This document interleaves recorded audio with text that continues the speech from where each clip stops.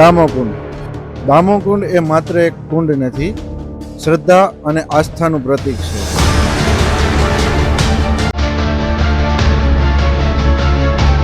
અને મિત્રો, આ જ શ્રદ્ધા અને માન્યતા લઈ અને ભાવિ ભક્તો જૂનાગઢમાં આવતા હોય છે, ભવનાથમાં આવતા હોય છે દામોદર કુંડમાં નાહવા માટે.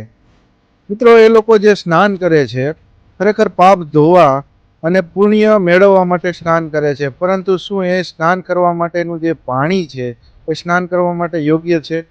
એ પાણીની અંદર શું શું ભળે છે, કેવા કેવા કેમિકલ, કેવો કેવો કચરો ભળે છે, એનાથી લોકો અજાણ છે.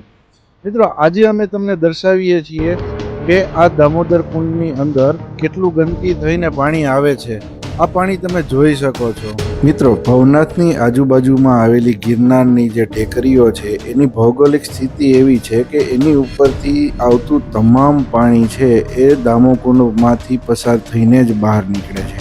એટલે જ કદાચ આપણા વડવાઓ એવું માનતા કે જે ગિરનારની અંદરની જડીબુટીઓ છે, તમામ જડીબુટીઓનું પાણી દામોદર કુંડમાં આવે છે અને એટલા માટે એ પાણીમાં સ્નાન કરવાથી શરીરને ફાયદો થાય છે.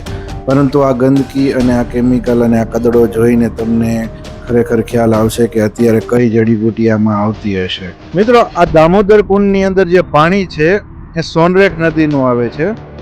સોનરેખ નદી જે છે એ ગિરનારમાંથી નીકળે છે, કાશ્મીરી બાપુના આશ્રમની બાજુમાંથી નીકળી અને ભવનાથ આવે છે. ભવનાથમાં અલગ અલગ જગ્યાએ એની અંદર કચરો અને ગંદકી ભળી અને ગંદકી ભેગી થાય છે અને આની આગળનો પોઈન્ટ છે નારાયણ ધરો. નારાયણ ધરો એ બધું પાણી ભેગું થાય છે અને ત્યાંથી અહીંયા આવે છે. મિત્રો, અમે તમને અહીંયાથી આ નદી ઉપર આવેલા પોઈન્ટ્સ કે જ્યાં જ્યાં કચરો અને ગંદકી ભળે છે એ બધા પોઈન્ટ્સ બતાવવાનો પ્રયત્ન કરીશું.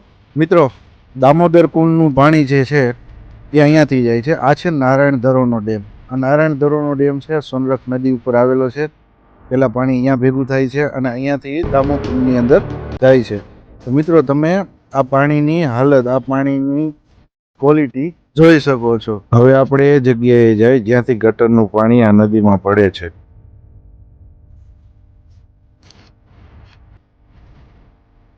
મિત્રો, આ નદી સોનરખ નદી છે. હા મિત્રો, એ જ નદી છે જેની ઉપર દામોદર કુંડ આવ્યો છે. તો આ નદીનું પાણી અહીંયા તો એકદમ ચોખ્ખું અને પીવાલાયક છે. આ નદી આવે છે કાશ્મીરી બાપુના આશ્રમ બાજુથી, ગિરનારમાંથી, અને અહીંયાનું પાણી એકદમ ચોખ્ખું છે. તો દામોદર કુંડની અંદર ગંદકી થાય છે ક્યાંથી? તો એ બતાવું. કેમેરામેન આ બાજુ બતાવજો. આ બાજુથી ગટરનું પાણી સીધું આ નદીની અંદર ભેળવવામાં આવે. હવે મિત્રો, આ કાયદેસરની આસ્થા સાથે મજાક છે. મિત્રો, યાત્રાળુઓની આસ્થા સાથે મજાક છે, આસ્થા ઉપર તમાચો છે. કાયદેસરનો અહીંયાથી ગટરનું પાણી આવે છે અને આ ગટરનું પાણી આની અંદર ભળે છે અને આ જે ચોખ્ખા શુદ્ધ પાણીને ગંદુ કરે છે અને આ ગંદુ પાણી જે છે એ દામોદર કુંડની અંદર જાય. મિત્રો, શરૂઆત અહીંયાથી થાય છે. આવી રીતે તો ઘણી બધી જગ્યાએથી આની અંદર ગંદકી ભળતી હશે, પરંતુ ગંદુ પાણી, ગટરનું પાણી, કચરો અહીંયાથી ગંદુ પાણી અહીંયાથી ભળે છે અને અહીંયાથી જ આ પાણી ગંદુ થવાની શરૂઆત થાય છે.